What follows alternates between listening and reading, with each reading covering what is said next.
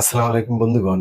এই যে পাকিস্তান সৌদি আরব প্রতিরক্ষা চুক্তি হয়েছে, এক দেশের উপরে কেউ হামলা করলে অপর দেশ নিজ দেশে হামলা হিসেবে গণ্য করবে।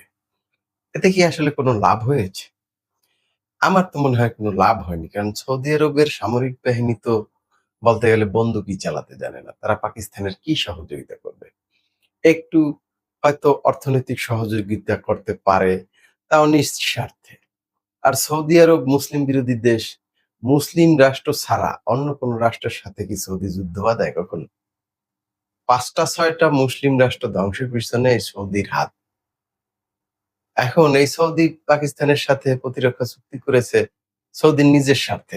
দেখা গেল পাকিস্তানের দ্বারা ইয়েমেনে হামলা করাইবে, ইরাকে হামলা করাবে, মিশরে হামলা করাবে, লিবিয়ায় হামলা করাবে। এরকমই তো করছে সৌদি। এই যে ভারতে বাবরি মসজিদ ভাঙছিল, তখন কি সৌদি কোনো প্রতিক্রিয়া জানিয়েছিল? বা এই যে ভারতে মাঝে মধ্যে গণহত্যা হয়, মুসলিম গণহত্যা, সৌদি কখনো পৃথিবীতে কোথাও মুসলিম নির্যাতন হলে সৌদি কি কখনো ওই বিষয়ে প্রতিক্রিয়া জানিয়েছে? জানায়। এই যে দেখেন ফিলিস্তিনে গণহত্যা চলে, কি হৃদয় বিদারক গণহত্যা। সৌদি কি পাশে দাঁড়িয়েছে? দাঁড়ায়নি। কখনো মুসলিমদের পাশে সৌদি দাঁড়ায় না। বরঞ্চ পত্রিকায় দেখেছি আসছে যে গোপনে ইউরোপ থেকে অস্ত্র নিয়ে ইসরায়েলকে দেয় মুসলিম মারতে। এখন এইটা নিয়ে এই পত্র-পত্রিকায় খুব তোলপাড়, সারা বিশ্বে তোলপাড় যে পাকিস্তান সৌদি আরব করেছে, প্রতিরক্ষা চুক্তি করেছে। এখন সৌদি আরব দেখেন ইরাকে হামলা সৌদি আরব থেকেই করেছে। লিবিয়া, সিরিয়া, ইয়েমেন, ফিলিস্তিন সব ক্ষেত্রে কিন্তু সৌদির ভূমিকা আছে।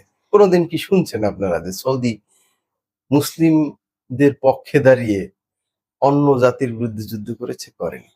জাতিগত বাদ দিলাম, ধর্মীয়গত বাদ দিলাম, অন্যায়ের বিরুদ্ধে দাঁড়িয়েছে। এই যে কত বড় অন্যায় চলতেছে এই ফিলিস্তিনে, সৌদি কি মুসলিমদের পাশে দাঁড়িয়েছে? দাঁড়ায়নি, বরং ইসরায়েলের পাশে থেকেছে। এত পরিমাণ টাকা আমেরিকাকে দিছে, সেই আমেরিকা সাপোর্ট করে ইসরায়েলকে। ইসরায়েল এখন জাতিগত নিধন চালাচ্ছে।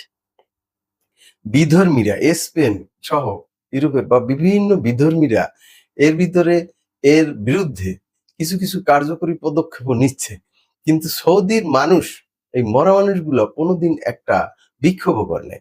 বরং সৌদিতে ফিলিস্তিনের পতাকা উড়ানোর কারণে এক ব্যক্তিকে গ্রেফতার পর্যন্ত সৌদি করেছে।